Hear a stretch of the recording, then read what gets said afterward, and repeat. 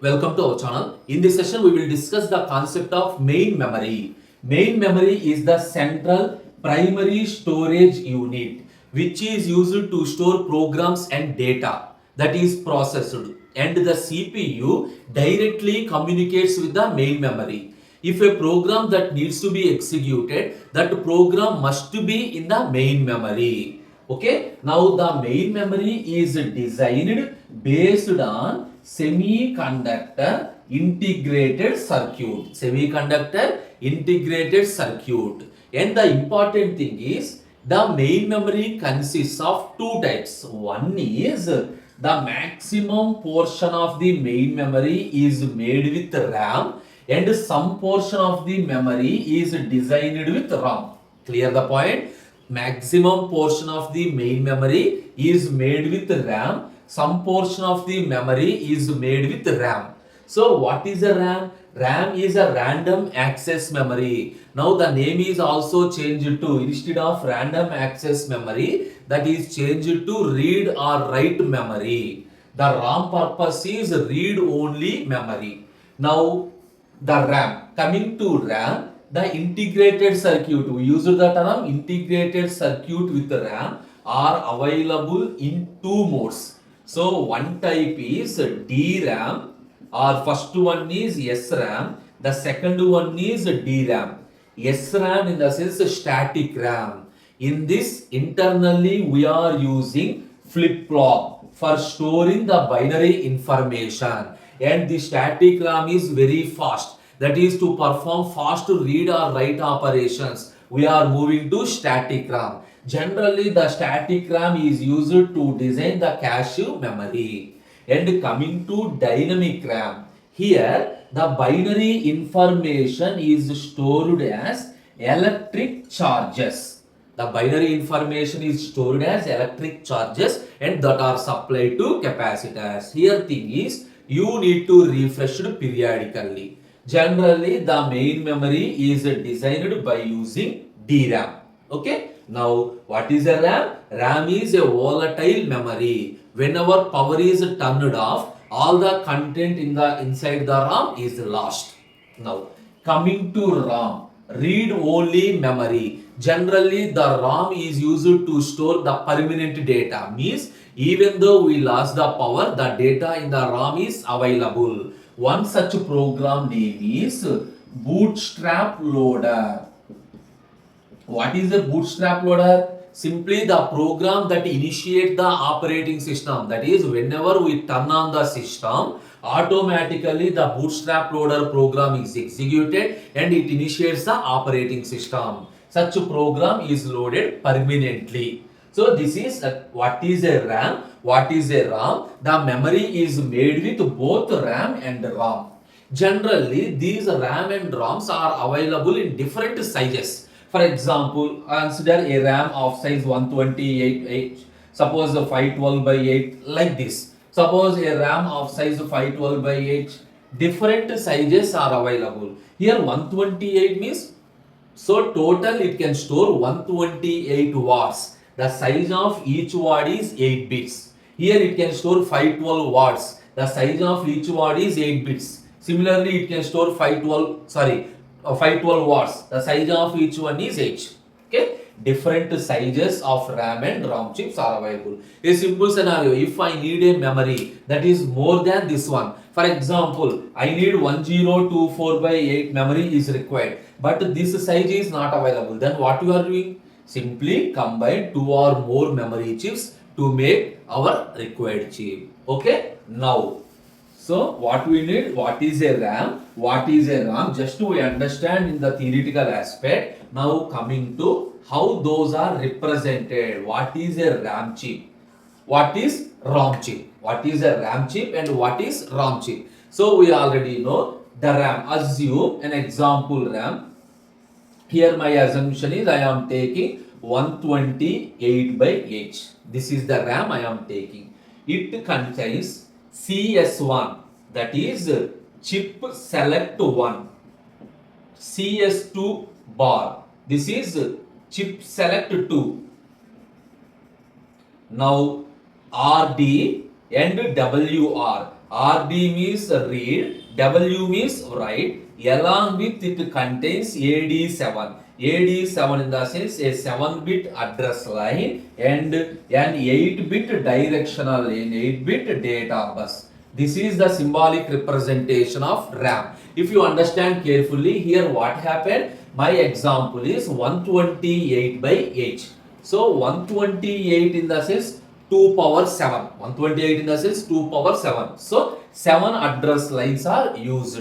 Okay. Now 8 in the sense 8 watts. So we have an 8-bit bidirectional data bus which are used both for read and write operation. For example, if you are selecting RD means read the content from the memory. Read the content from the memory into the CPU, that is into the RAM. Suppose if you are using write operation, from the CPU write the memory into the, from the CPU write the data into the memory. 8-bit bidirectional data bus, and these two are used for chip selection. That is, we have multiple number of RAMs are available. The microprocessor need to select a specific RAM. Which RAM needs to be selected based on the selection bits. Now I will explain this one in the form of a diagram. Now that is a table. Chip select CS1, CS2 bar, CS1 and CS2 bar, along with what are the operation, read operation, write operation, what is the memory function, the function it does.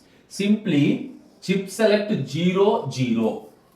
So here when it is active, whenever CS1 is 1, CS2 bar is 0, then only the corresponding chip is active. Why? Because I placed a bar. Suppose if it is 0, 0, this is inactive. Whatever the values of read and write, simply the memory function is inhibit. Inhibit in the sense it is in a high impedance state. We know high impedance state means simply a open circuit. For example, if it is 0, 1, even though this is active but this is not active, whatever the read or write operation, again it is in the state of inhibit.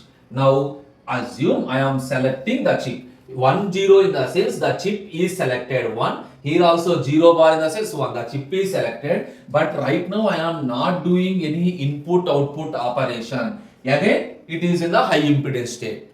Now 1, 0, 0, 1. What is the meaning? The chip is selected and the write is enabled. Then I am doing write operation. Write the data into the memory. Now the chip is selected and I am selecting the read operation. Whatever X means, you know, X means don't care. Whatever the value of X, we are doing the read operation. We are doing the read operation. Again 1, 1. In this case the reverse to 0, 0. If both the chips are selected, automatically this is don't care. Again inhibit. This is the diagram of RAM chip. This is the diagram of RAM chip. You got the point? So 7 address lines. Now we are moving to, this is the function, we are moving to ROM chip. How a ROM is designed. Okay? Now assume a ROM of size some 512 by 8. Assume a ROM of size 512 by 8. So chip select to 1 and chip select to 2. Right? 2 chips are selected. Here only ROM in the sense read only memory. That is only we are reading the data. So an 8-bit one direction. There is no bidirectional and no need to write the two symbols read or write. Why? In the RAM means we are selecting either read or write based on the control lines. But here we are doing only write operation. Now how many address lines? 512. 512 in the sense 2 power 9. So AD9, that is a 9-bit address lines is used. Clear? This is the ROM chip. Now we understand what is a RAM chip and what is ROM chip. Now consider one example. Assume my system needs a 512 by 8. Now we are moving the memory address map and memory connection. Memory address map and the memory connection. That means assume an example.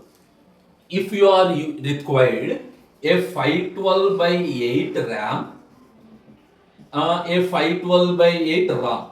A 512 by 8 RAM, 512 by 8 ROM.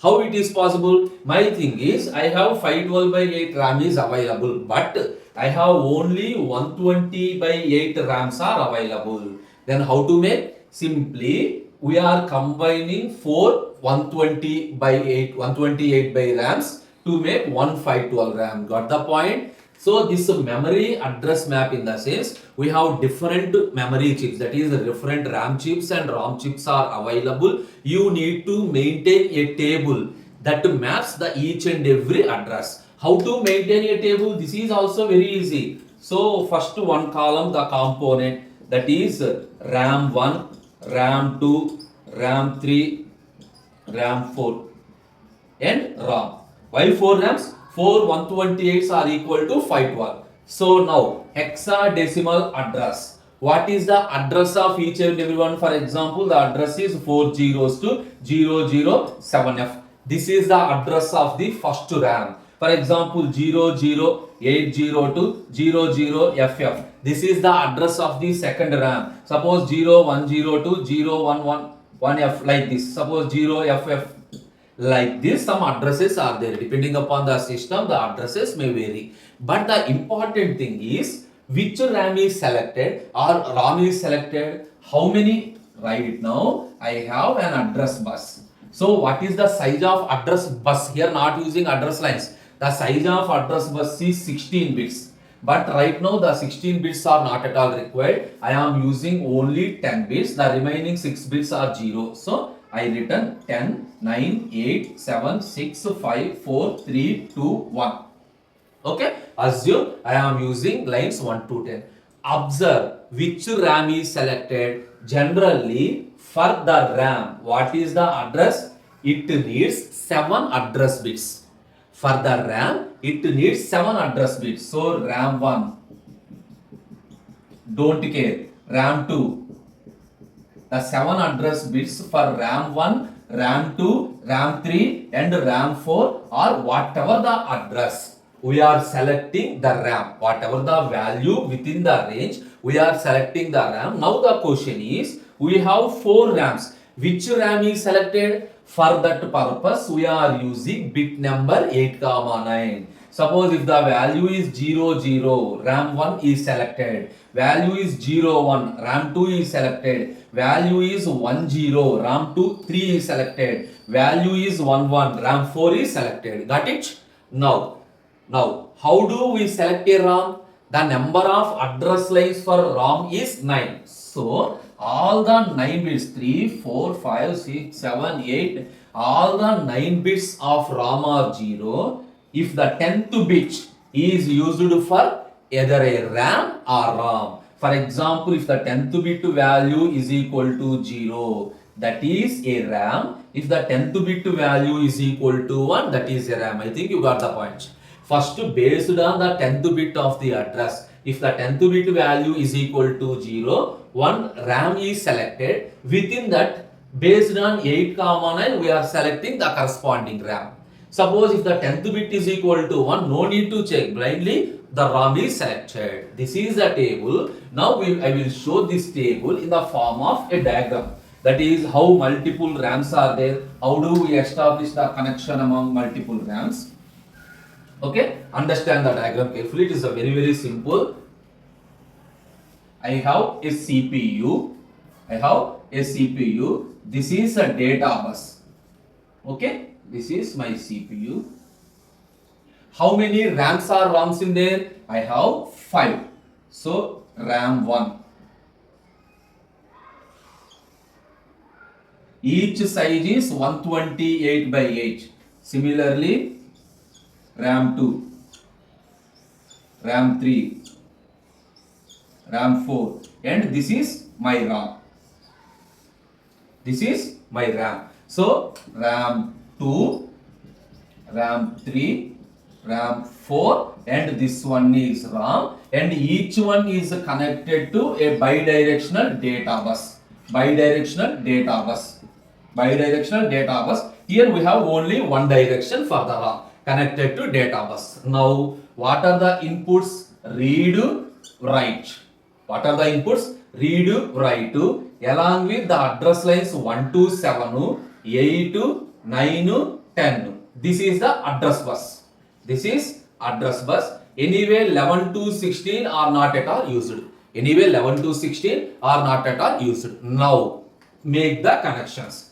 Here, CS1, CS2 bar. Read, write, and then AD7, right? Similarly, CS1, CS2 bar, read, write, and AD7. CS1, CS2 bar, read, write, AD7. And last one, CS1, CS2 bar, read, write, and AD7. For this ROM, what are the things? CS1, CS2 bar, only address lines. So, the address lines AD7, 8, 9. So, total 7 address lines. Now, how do you establish the connection? Simply, the right line is connected to all the writes. Observe. This is my right line connected to right. My right line connected to the right input of each one. The right input of each one. Clear? Similarly, the read. If you understand parallelly, then only it is easy. Similarly, the read input of the CPU is connected to the read line. Here also connected to the read line. Here also read line. Here also read line. Now read and write are connected. Now 1 to 7. So 1 to 7 is the address lines. These address lines are connected to AD7. So 1 to 7 AD7, AD7 and AD7 and AD7. Anyway, in the ROM we have 9 address lines. The first 7 are connected to this AD7. The first 7 are connected to this AD7. Now 8, 9. 8 is connected. Similarly, 9 is also connected. Okay, the address lines are also connected. Now, chip selection. Which RAM we are selecting? If the value of the 10th bit, is equal to 0, the RAM is selected, and the value of the 10th bit is equal to 1, the ROM is selected. So, for the chip selection, this is connected with this one, CS2. Why? Because if the 10th value is equal to 0, if CS2 bar is equal to 0 means then that will enabled. Here also CS2. Now here also CS2 and the last here CS2. Now understand. Instead of direct CS2, here what we are doing? Complement. Why? If it is reverse, then only the ROM is selected. Now the most important 8, 9, which are used to select the type of RAM we are using. Here we are using a decoder. So the decoder 0, 1, 2, 3. What are the input to the decoder? The input to the decoder are bit number 8, bit number 9. So if the output is 0,